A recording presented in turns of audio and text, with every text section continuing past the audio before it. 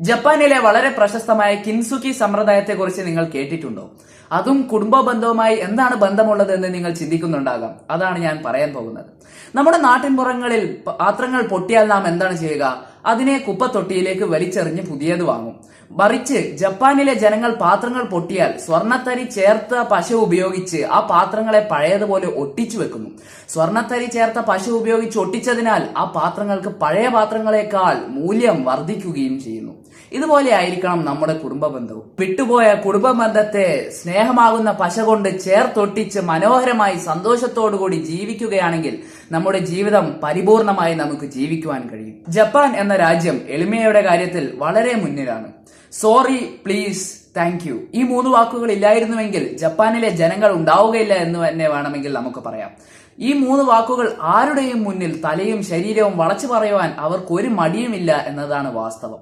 ജപ്പാനിൽ കുട്ടികളെ പഠിപ്പിക്കുന്നതും നമ്മുടെ നാട്ടിൽ പഠിപ്പിക്കുന്നത് പോലെയല്ല എന്ന് നാം ഓരോരുത്തരും ഓർക്കണം. മാതാപിതാക്കൾ മാതൃകയായിക്കൊണ്ടാണ് ജപ്പാനിലെ കുട്ടികളെ പഠിപ്പിക്കുന്നത്. സോറി, പ്ലീസ്, താങ്ക് യു, ഈ 3 വാക്കുകൾ നാം വളരെ ചെറുപ്പത്തിൽ തന്നെ, നമ്മുടെ കുട്ടിക്കാലത്തു തന്നെ നാം സ്കൂളിൽ നിന്നും വീട്ടിൽ നിന്നും കണ്ടും കേട്ടും വളരണം. ഇതെല്ലാം പഠിച്ച് മനസ്സിൽ വെച്ചാൽ മാത്രം പോരാ. നാം ഒരു കാര്യം ചിന്തിച്ചിട്ടുണ്ടോ? നമ്മളിൽ എത്ര പേർ ഒരു ഉപകാരം ചെയ്താൽ നന്ദി പറയാറുണ്ട്? എത്ര പേർ സോറി പറയാറുണ്ട്? എത്ര പേർ പ്ലീസ് പറയാറുണ്ട്?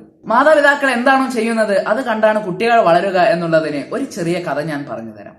ഒരു വീട്ടിൽ വളരെ പ്രായമായ ഒരു അമ്മയുണ്ടായിരുന്നു. ആ വീടിന്റെ ഇരുട്ടുമുറിയിൽ ആ അമ്മ ഓരോ ദിവസവും നരകിക്കുകയായിരുന്നു. തനിക്ക് ഭക്ഷണം കൊടുക്കുന്ന പാത്രം കഴുകി വെക്കുന്നതും തിരിച്ചു കൊണ്ടുവരുന്നതും എല്ലാം ആ അമ്മയുടെ 3ാം ക്ലാസ്സിൽ പഠിക്കുന്ന കൊച്ചുമകനായിരുന്നു. ഓരോ ദിവസവും ആ അമ്മ കേൾക്കുന്നത് തന്റെ മകന്റെയും മരുമകളുടെയും ശാപവാക്കുകൾ മാത്രമാണ്. ജീവിക്കണം എന്ന് തന്നെ ആ അമ്മക്ക് ആഗ്രഹമില്ലാതെയായി. താൻ കിടക്കുന്ന കട്ടിലിന്റെ വിരിപ്പ് മാറ്റിയിട്ട് തന്നെ വർഷങ്ങളായി.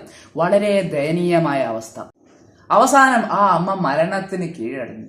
ആ അമ്മയുടെ മരണാനന്തര ചടങ്ങുകളെല്ലാം കഴിഞ്ഞ് അമ്മയുടെ വിരിപ്പും വസ്ത്രവും എല്ലാം കൂട്ടിയിട്ട് അവർ കത്തിച്ചു കളഞ്ഞു. വർഷങ്ങൾ കഴിഞ്ഞുപോയി. മകൻ 10ാം ക്ലാസ് പൂർത്തിയാക്കി. ഒരു ദിവസം മാതാപിതാക്കൾ ആ കൊച്ചുമകന്റെ അലമാര തുറന്നപ്പോൾ അവർ അത്ഭുതപ്പെട്ടു പോയി. തന്റെ അമ്മക്ക് ഭക്ഷണം കൊടുക്കുവാൻ വെച്ച പാത്രം സൂക്ഷിച്ചു വെച്ചതായിരുന്നു അവരെ അത്ഭുതപ്പെടുത്തിയത്. കൊച്ചുമകനെ വിളിച്ചുകൊണ്ട് അവർ ചോദിച്ചു, നീ എന്തിനാണ് ഈ പാത്രം സൂക്ഷിച്ചു വെച്ചത്? അപ്പോൾ അവൻ വളരെ നിസ്സാരമായി മറുപടി പറഞ്ഞു, അച്ഛനും അമ്മയും വയസ്സാകുമ്പോൾ നിങ്ങൾക്ക് ഭക്ഷണം തരുവാൻ വേണ്ടി ഞാൻ അത് എടുത്തു വെച്ചതാണ്. ആ സമയത്ത് പുതിയ പാത്രം വാങ്ങേണ്ട ആവശ്യമില്ലല്ലോ. ഈ ചെറിയ കഥയിൽ നിന്ന് നമുക്ക് ഉൾക്കൊള്ളുവാനുള്ള പാഠം അത് വളരെ വലുതാണ്. നാം നമ്മുടെ ജീവിതത്തിൽ ചെയ്യുന്നതിന് നന്മയായാലും തിന്മയായാലും നാം ഒരു കാര്യം ഓർക്കണം. നാം മരിക്കുന്നതിന് മുൻപ് അതിന്റെ എല്ലാം പ്രതിഫലം നാം അനുഭവിച്ചിട്ടേ മരിക്കുകയുള്ളൂ.